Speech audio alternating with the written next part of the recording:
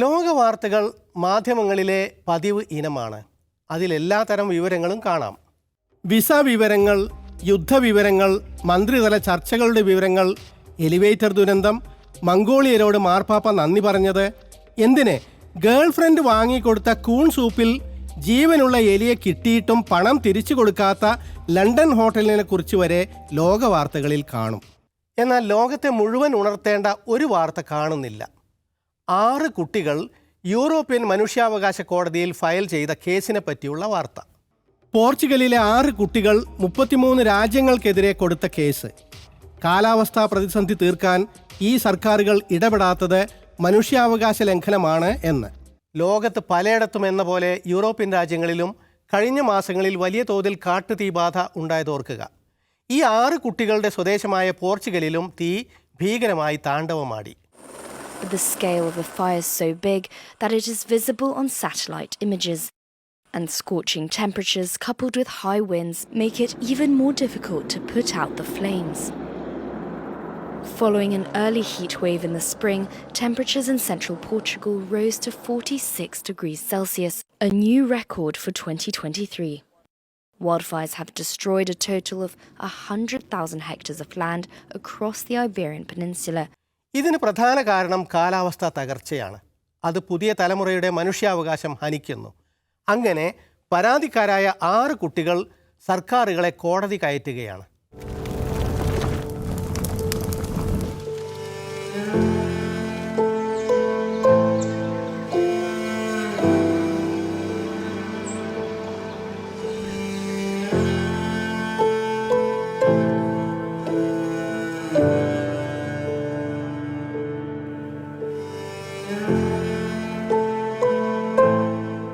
ഞങ്ങൾ കാലാവസ്ഥാ പ്രതിസന്ധിക്ക് ഇരയാകുന്നു.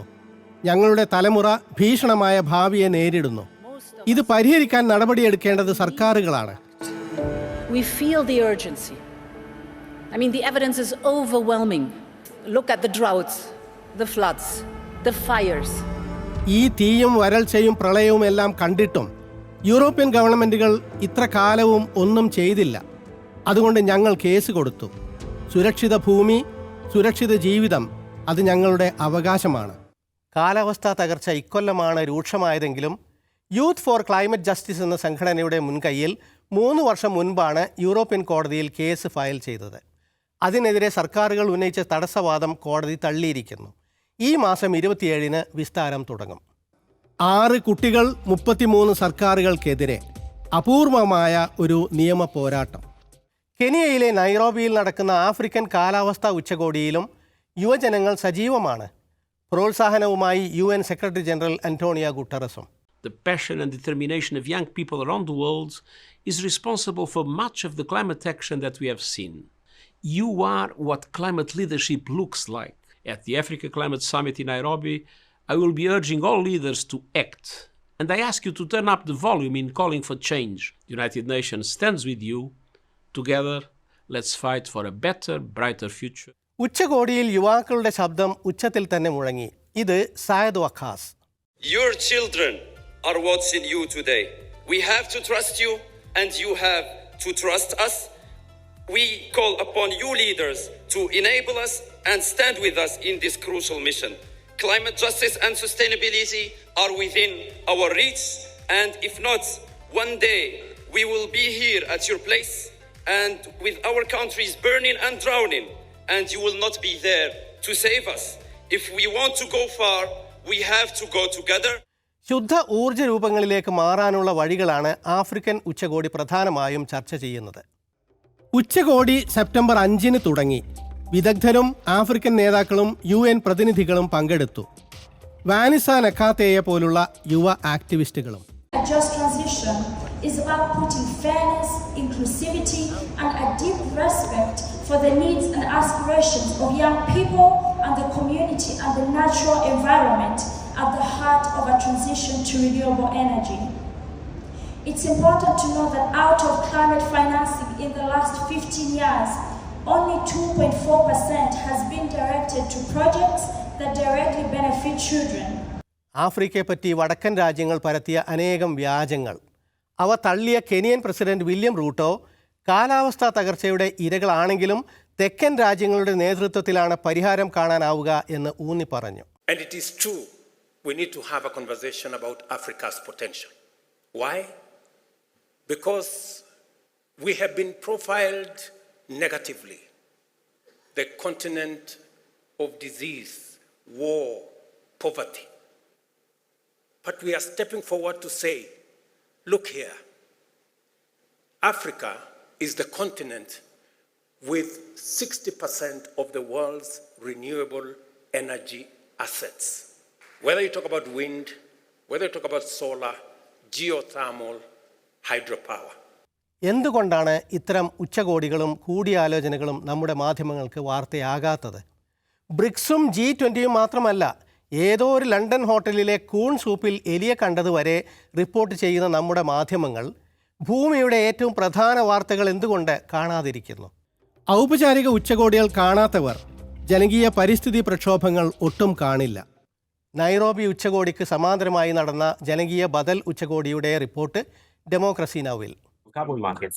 And that is why after we realized this, we organized an African People's Alternative Summit, which is running parallel to the Nairobi Summit, the African Climate Summit, to really give an opportunity and a platform for African people to share their own demands and their own interests. ഭൂമിയിലെ അതിജീവനമാണ് വിഷയം. ഇതിന്റെ ഗൗരവം എത്രയെന്ന് മാധ്യമങ്ങൾക്ക് അറിയാതിരിക്കാൻ വഴിയില്ല. മുൻപില്ലാത്ത വിധം അവ കാലാവസ്ഥാ പ്രതിസന്ധിയെപ്പറ്റി വാർത്ത ചെയ്യുന്നുണ്ട്, ചെയ്യേണ്ടി വരുന്നുണ്ട്. നമ്മുടെ സ്വന്തം അനുഭവങ്ങൾ. കാലാവസ്ഥ മാറുന്നു, കൃഷി താളം തെറ്റുന്നു, വരൾച്ച കൺമുന്നിലെത്തുന്നു, ആഗോളതാപനം പടിക്കലെത്തുന്നു, മഴ അതിൻ്റെ കാലം മറക്കുന്നു, ഓഗസ്റ്റ് പാടെ വരണ്ടു. കാലം തെറ്റിയ മഴ പോലും വരൾച്ചയെ തടുക്കില്ല. ഇങ്ങ് കേരളം മുതൽ അങ്ങ് അമേരിക്കകൾ വരെ പുതിയ ദുരിതാനുഭവങ്ങളുടെ വാർത്തകൾ. മാധ്യമങ്ങളിൽ ഇത്തരം ലോകവാർത്തകൾ ഇല്ലെന്നല്ല, ഇക്കൊല്ലത്തെ തീവ്രമായ കാലാവസ്ഥാ ദുരന്തങ്ങൾ ഒരു പ്രദേശത്തെയും ഒഴിവാക്കിയില്ല. ഇത് സെപ്റ്റംബർ 2 ലാസ് വേഗസ്, ഗ്രീസിൽ തീ, ചിലിയിൽ പ്രളയം, ഒരാഴ്ച മുൻപത്തെ വാർത്ത. At least 20 people found dead as wildfires rage in Greece. Temperature in Athens touches 41 degrees Celsius. Chile floods force mass evacuations after torrential rains. President declares a state of catastrophe in parts of central Chile.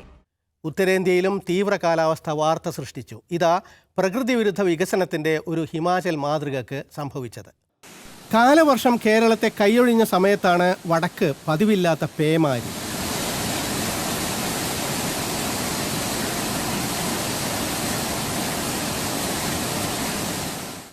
ഇതെല്ലാം വാർത്തയിൽ വന്നു, ഇപ്പോഴും വരുന്നുമുണ്ട്. എന്നാൽ ദുരിതവും ദുരന്തവും മാത്രമല്ല വാർത്ത എന്ന് മാധ്യമങ്ങൾ ഇനിയും തിരിച്ചറിയേണ്ടതുണ്ട്. ഇവയുടെ അടിസ്ഥാന കാരണങ്ങളും പരിഹാരങ്ങളും നിത്യ റിപ്പോർട്ടാകണമെന്ന് ഇക്കൊല്ലത്തെ അസാധാരണ അനുഭവങ്ങൾ ഓർമ്മിപ്പിക്കുന്നില്ലേ? തീക്ഷ്ണ കാലാവസ്ഥയുടെ ലക്ഷണങ്ങൾ വ്യക്തം.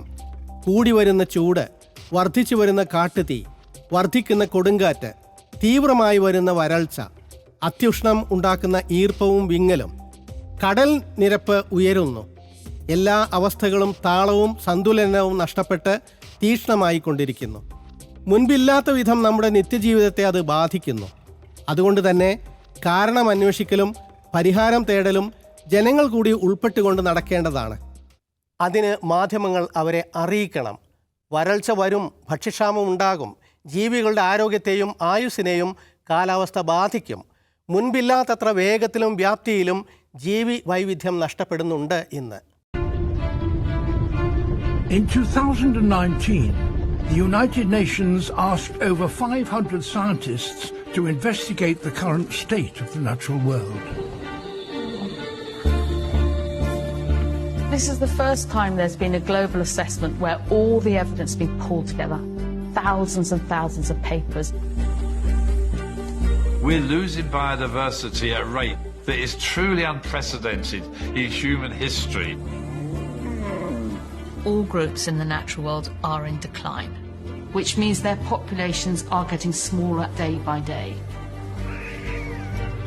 Since 1970, vertebrate animals, things like birds, mammals, amphibians and reptiles, have declined by 60% in total. അന്റാർട്ടിക്കയിൽ ഒരിടത്ത് എംപറർ പെൻഗ്വിനുകളുടെ പ്രജനനം കുറഞ്ഞു. Antarctica's sea ice decline has led to an unprecedented breeding failure among emperor penguin colonies, where not a single chick survived. British Arctic Survey researchers said they had never observed a breeding failure at this scale in a single season. Scientists looked at satellite imagery that showed the rapid and complete melting of sea ice of 5 prominent breeding sites. It melted well before chicks could develop the waterproof feathers vital for their survival. ജന്തുക്കളിലെ ആശയവിനിമയം തകരാറാകുന്നു. സസ്യങ്ങൾക്ക് പ്രകാശ സംശ്ലേഷണം photosynthesis പ്രയാസകരമാകുന്നു. വിഷയം അതിജീവനം തന്നെയാണ്. നാം അറിഞ്ഞു കഴിഞ്ഞ പുതു റെക്കോർഡുകൾ ഇങ്ങനെ: ഏറ്റവും കൂടുതൽ ഇന്ധന മലിനീകരണം, കൂടുതൽ കാട്ടുതീ, കൂടുതൽ കടലേറ്റം, കൂടിയ വരൾച്ച, മഞ്ഞുമലനാശം, ജീവിവർഗനാശം, തീവ്ര കാലാവസ്ഥകൾ, ഇക്കൊല്ലം ഏറ്റവും ചൂടേറിയ ദിവസം എന്ന പുതിയ നേട്ടവും. കാലാവസ്ഥാ തകർച്ച തുടങ്ങിക്കഴിഞ്ഞു. തകർച്ചയ്ക്ക് കാരണക്കാർ പ്രധാനമായും മലിനീകരണ വ്യവസായങ്ങളും യുദ്ധവ്യവസായം നടത്തുന്ന ഭരണകൂടങ്ങളുമാണ്. ഇക്കാര്യങ്ങൾ വാർത്തയാക്കാതെ കാലാവസ്ഥാ റിപ്പോർട്ടിംഗ് പൂർണ്ണമാകില്ല. മറുവശത്ത് കാലാവസ്ഥാ പ്രതിസന്ധി എന്നൊന്നില്ല എന്ന് പറയുന്നവർ ഇപ്പോഴുമുണ്ട്. You've all heard the news. Climate change is destroying your future. Carbon dioxide is accumulating in the atmosphere. Global warming is killing the Great Barrier Reef. But there's more to this story. Over the last decade, total global emissions declined. Deaths from natural disasters have diminished to a few hundred a year in the United States, even as the global population quadrupled over the last century. They've declined internationally by over 90%. The Great Barrier Reef recorded the highest amount of coral in 36 years, and maybe longer, because that's the amount of time that we've been studying and measuring. How come nobody is saying that? Covid കാലത്തെ പോലെ സർക്കാരുകൾക്ക് ജനജീവിതത്തെ നിയന്ത്രിക്കാൻ വേണ്ടി മുന്നോട്ട് വയ്ക്കുന്ന തൊടുന്യായം മാത്രമാണ് കാലാവസ്ഥാ പ്രതിസന്ധിയെന്ന് പ്രചരിപ്പിക്കുന്ന മാധ്യമങ്ങളുമുണ്ട്. ഫോക്സ് ന്യൂസ് ഉദാഹരണം. സമ്മർ വെക്കേഷൻ ഇല്ലാതാക്കാനാണത്രേ കാലാവസ്ഥാ ശാസ്ത്രജ്ഞരും മറ്റും ഇപ്പോൾ ശ്രമിക്കുന്നത്. A New York Times article claiming that climate change could be the end of summer vacations, despite a global rise in tourism citing extreme heat and natural disasters, writing, quote, unabated climate change will cause more misery, more hardship, and cost millions of lives in the years to come. The cognitive dissonance of summer travel in a warming world is catching up to us. Here to react, Climate Depot publisher Mark Morano. Mark, I literally choose the hottest place I can go to, so I don't know what they're talking about. I love hot weather. Well, what they're doing, this is, the COVID psyop and ending in terms of all their restrictions, and the climate psyop is beginning. This is the New York Times signaling that our ruling class is telling us that vacations are now a thing of the past. They're trying to set our mindset to give up on vacations. ഇന്ന് നാം അനുഭവിക്കുന്ന കാലാവസ്ഥ പോലെ വിപരീത അറ്റങ്ങളിലേക്ക് എത്തുന്ന വാദഗതികളും ചർച്ചകളും അതിജീവന ഭീതിയും പരിഹാര നിർദ്ദേശങ്ങളും എല്ലാം അടങ്ങുന്ന ഏറ്റവും വലിയ ആഗോള വിഷയമാണ് കാലാവസ്ഥ. തീർച്ചയായും മാധ്യമങ്ങൾ മുൻപത്തേക്കാൾ ഇത് ശ്രദ്ധിക്കുന്നുണ്ട്. പക്ഷേ പോരാ. ആ കുട്ടികൾ സർക്കാരുകൾക്കെതിരെ കൊടുത്ത കേസിനെ പറ്റി പോലും നമ്മൾ കേട്ടിട്ടില്ലല്ലോ.